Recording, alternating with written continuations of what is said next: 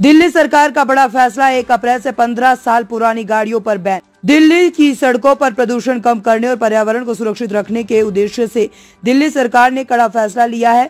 1 अप्रैल 2025 से राजधानी से 15 साल पुरानी पेट्रोल और डीजल की गाड़ियों का संचालन पूरी तरह से प्रतिबंधित कर दिया जाएगा और इस फैसले के तहत जिन गाड़ियों की उम्र 15 साल से ज्यादा हो चुकी है उन्हें सड़क पर चलने की अनुमति नहीं मिलेगी।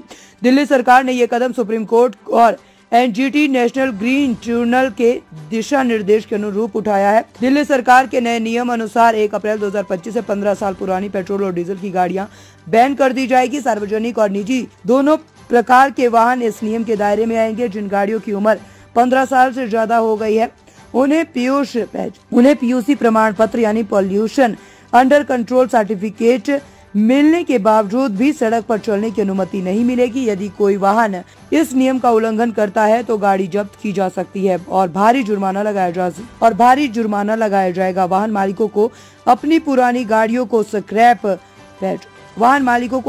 गाड़ियों को स्क्रैपिंग के लिए भेजना होगा या वैध रजिस्ट्रेशन के लिए वैकल्पिक उपाय अपनाने होंगे।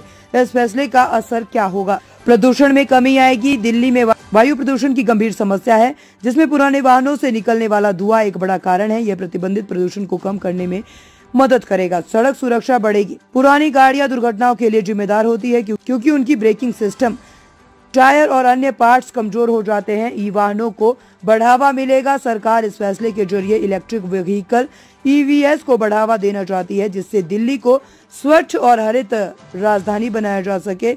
वाहन उद्योग को बढ़ावा, नए वाहनों की मांग बढ़ेगी जिसमें ऑटोमोबाइल सेक्टर को फायदा होगा और अर्थव्यवस्था को पूरी मजबूती मिलेगी।